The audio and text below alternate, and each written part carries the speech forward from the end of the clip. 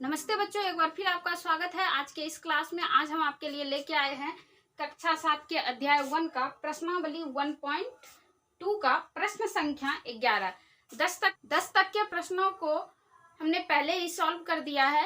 ये हमारा 11 नंबर प्रश्न है। अगर 10 तक के किसी भी प्रश्नों में आपको कोई दिक्कत है, आप उसको देखना चाहते हैं तो आप जाके हमारे प्लेलिस्ट में उसको देख सकते हैं।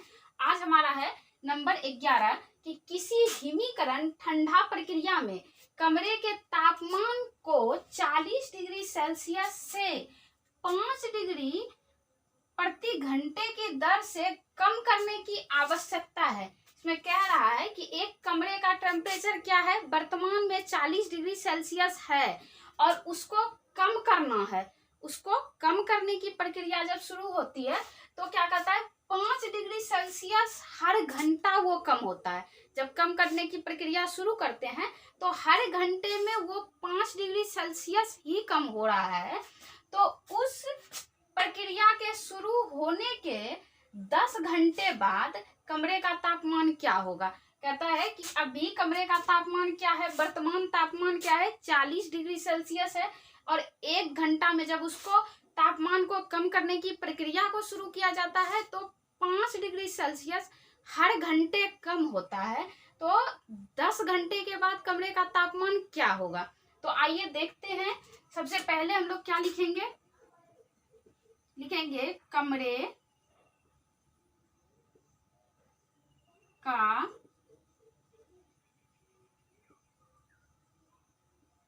वर्तमान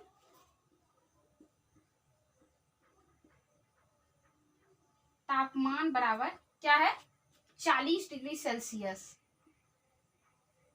है ना। कमरे का वर्तमान तापमान क्या है, 40 डिग्री सेल्सियस है और हर घंटे कम क्या होता है, प्रति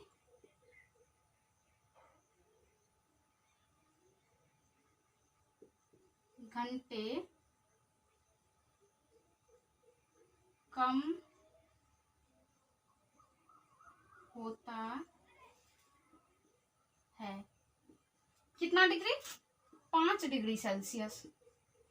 तो कहता है 10 घंटे बाद कम कितना हो जाएगा। तो 10 घंटे बाद कम कितना होगा, इसको जानने के लिए सबसे पहले हम लोग को क्या करना पड़ेगा, पहले हम लोग 10 घंटे कम करने के लिए क्या करेंगे, 10 से 10 में गुना करेंगे कि 10 घंटा में पहले घटता कितना सेल्सियस है।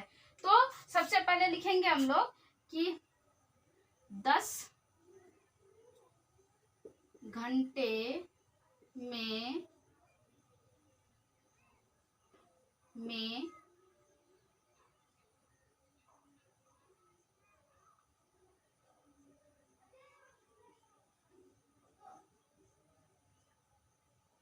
तापमान कम होता है। बराबर में क्या लिखेंगे, 10 घंटे में कितना होगा। अगर 1 घंटे में होता है, 1 घंटे में होता है 5 सेल्सियस, तो 10 घंटे में कितना सेल्सियस कम होगा। इसको हम ऐसे भी कर सकते हैं कि चूंकि प्रति घंटे कम होता है 5 डिग्री सेल्सियस, इसलिए 10 घंटे में तापमान कम होता है कितना डिग्री। तो 10 गुना 5 कर देंगे, तो 10 गुना 5 कर दिए तो हो गया 50 डिग्री सेल्सियस। 10 घंटे में कितना कम होता है, 50 डिग्री सेल्सियस। अब कमरे का वर्तमान तापमान क्या था हमारा, तो वर्तमान तापमान क्या था कमरे का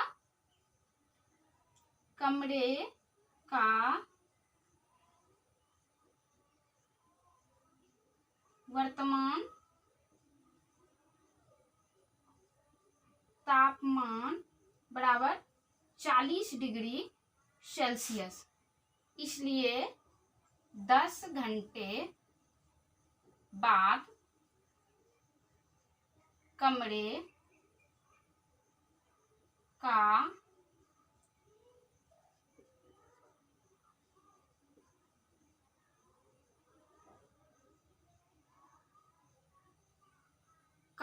तापमान होगा कितना हो जाएगा, 10 घंटे में कितना कम होता है, 50 डिग्री सेल्सियस।